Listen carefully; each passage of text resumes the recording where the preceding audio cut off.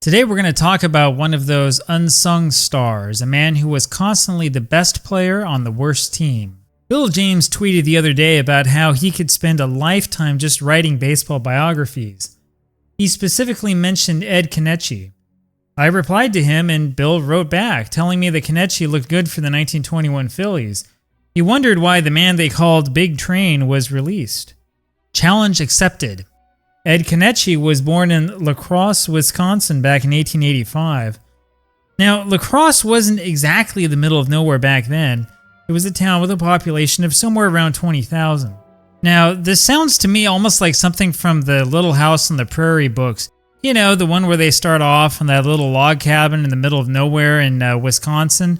Really, that's not entirely true. I mean, it wasn't a big city, but it wasn't necessarily all that rural. In fact, you can find Konetchy's minor league career in the newspapers. Konetchy signed in 1905 with the lacrosse team in the Wisconsin State League. It was Class D. He was 19. Konetchy signed on as an outfielder, but started the season out at first base. I'm not sure why.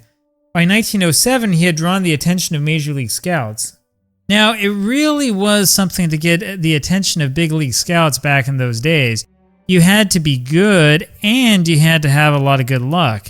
Konetchy had a little bit of both. Hall of Famer Jake Beckley was the first baseman for the 1907 St. Louis Cardinals. Beckley was 39 years old and had played in Major League Baseball for 20 years.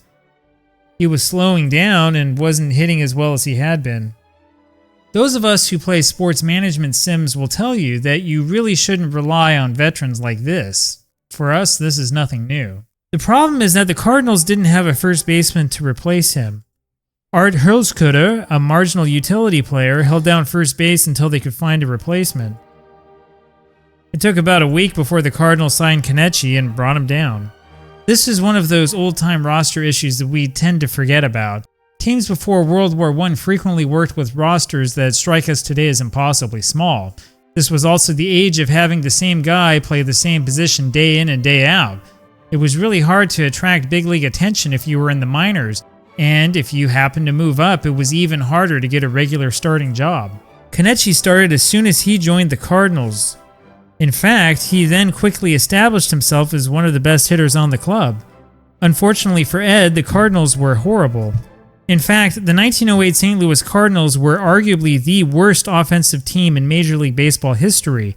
They scored only 372 runs. Alright, I know what you're going to say. You're going to tell me that the 1908 National League was the worst league for offense in the history of the sport. You'll probably also take a look at Robinson Field in St. Louis and you'll notice that yes, it was a pitcher's park. That's true, but this team struggled at scoring runs at an unusual rate anyway, even given those facts. 372 runs in 154 games is ridiculous. The Cardinals finished 8th in 1907.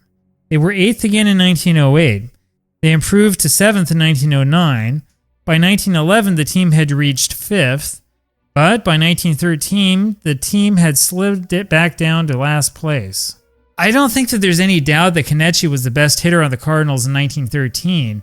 I mean, he led all the batters with a 124 OPS plus, and he seemed to do everything well.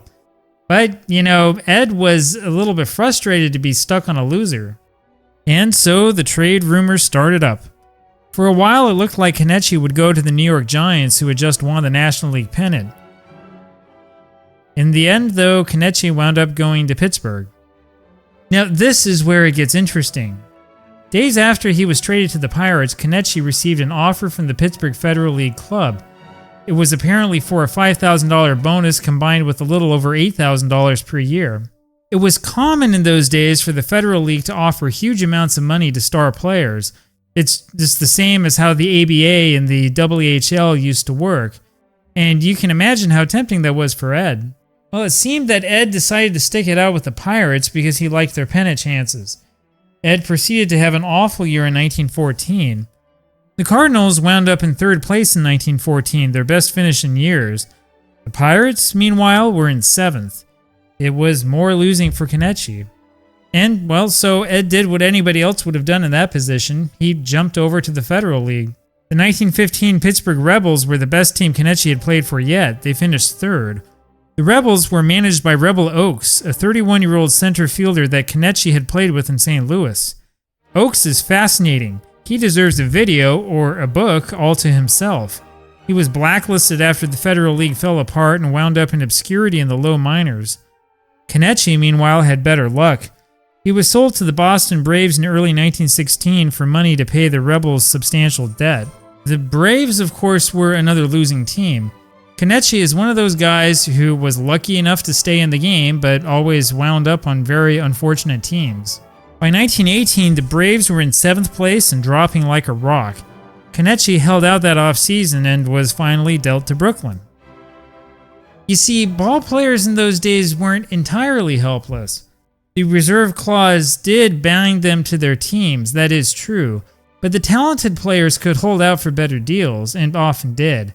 Konetchy used this trick throughout his entire career. The 1919 Robins finished 5th, but there was some excitement in the air.